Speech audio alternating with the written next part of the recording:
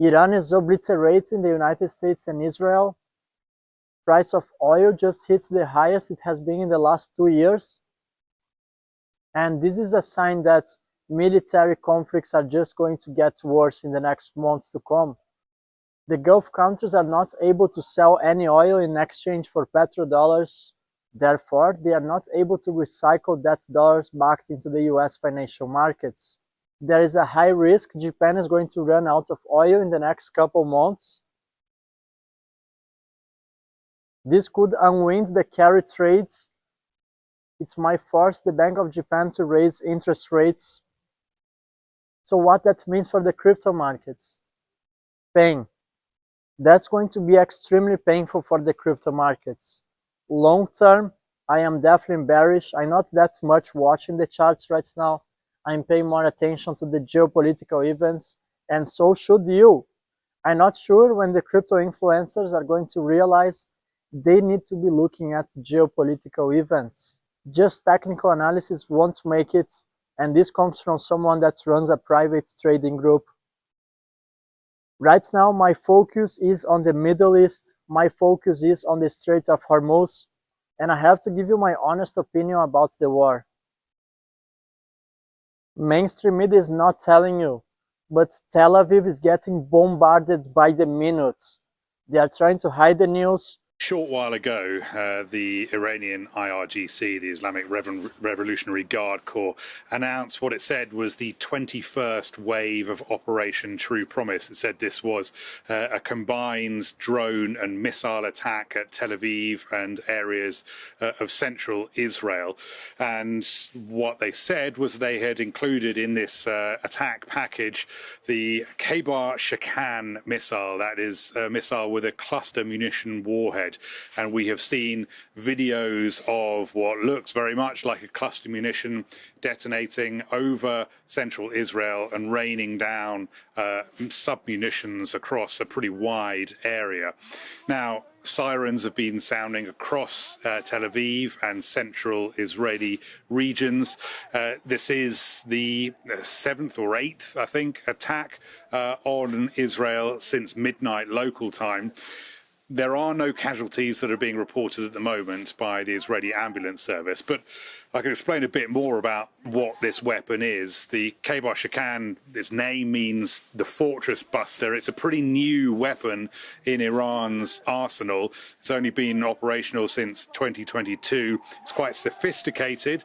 It has a maneuverable warhead that when it's in its descent phase, it opens up and about 20 sub-munitions come out of it, each with about 2.5 kilos of explosives. So you can see that when it's spread over a big area, some 8 kilometers squared, it can cause a significant amount of destruction. Now, it's not the first time that Iran has used this weapon in this conflict. The Israelis have said that they've been on the receiving end of this several times so far since the war started last weekend. It is a cluster munition. Of course, cluster munitions are banned under an international treaty, but only if the countries themselves are signed up to that convention, and neither Israel nor Iran have actually signed up to that cluster munition convention. I'm not picking any sides here, but I have to tell you the reality as it is. Iran is not Venezuela. This conflict is far from the end. Unfortunately, most Americans are falling for the propaganda. Persians occupied Iran for more than 6,000 years. This civilization is far more ancient than the Greeks itself. It exceeds the Romans. Iran has basically gone all in. Iran is willing to fight this war until the last man stands. The American empire is about to fall, and with that comes the end of the US dollar as a global reserve currency. Right now, the financial system is starving for a neutral bridge asset. An asset that can't be controlled by any sovereign nation, an asset that delivers faster finality and has the technical capabilities to settle trillions of dollars in international payments in just seconds.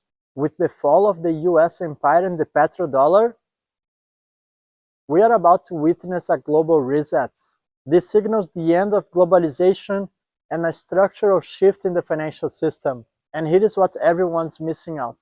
Regardless of the outcome, As I said, I 100% believe Iran is going to win this war. If Iran wins this war, we need a neutral bridge asset.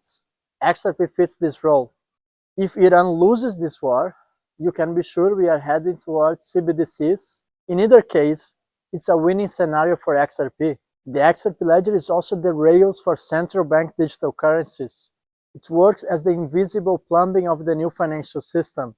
So regardless if we are moving towards CBDCs or not, either XRP wins as the neutral bridge asset that connects the rails. In a multipolar world, a neutral bridge asset becomes pivotal, no subject to Western intervention, no more XRP can ever be issued, so it's also inflation proof.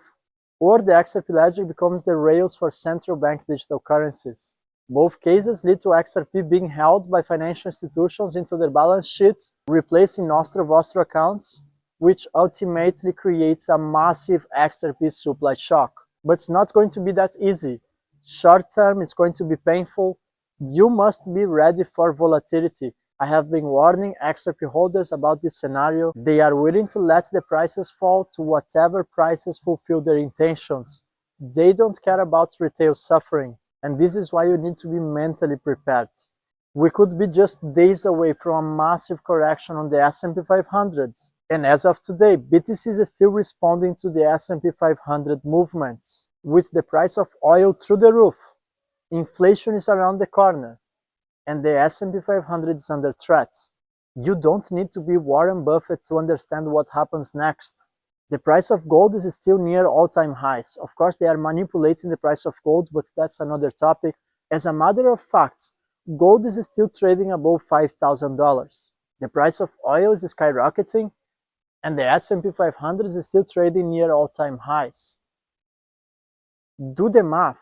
You don't need to be a genius. You don't need to be a genius to understand that the stock market is absolutely cooked. Gulf countries are just a couple of weeks away from withdrawing their petrodollars from the US financial markets. This is phase 1 of a massive liquidity crisis.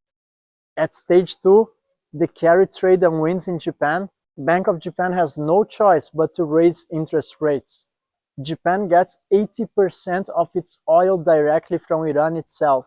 With the Strait of Hormuz closed, the Bank of Japan will have no choice but to increase interest rates. That unwinds the carry trade and trigger a massive liquidity crisis. At phase 3, XRP becomes the most fundamental asset in the entire financial system, the only asset capable of solving a liquidity crisis. When markets are in panic, banks can't wait 2 or 3 days for settlements.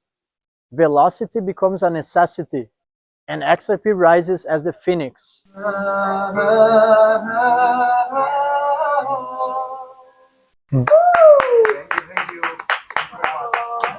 And this is the moment XRP wins, an asset that was always intended for a global liquidity crisis.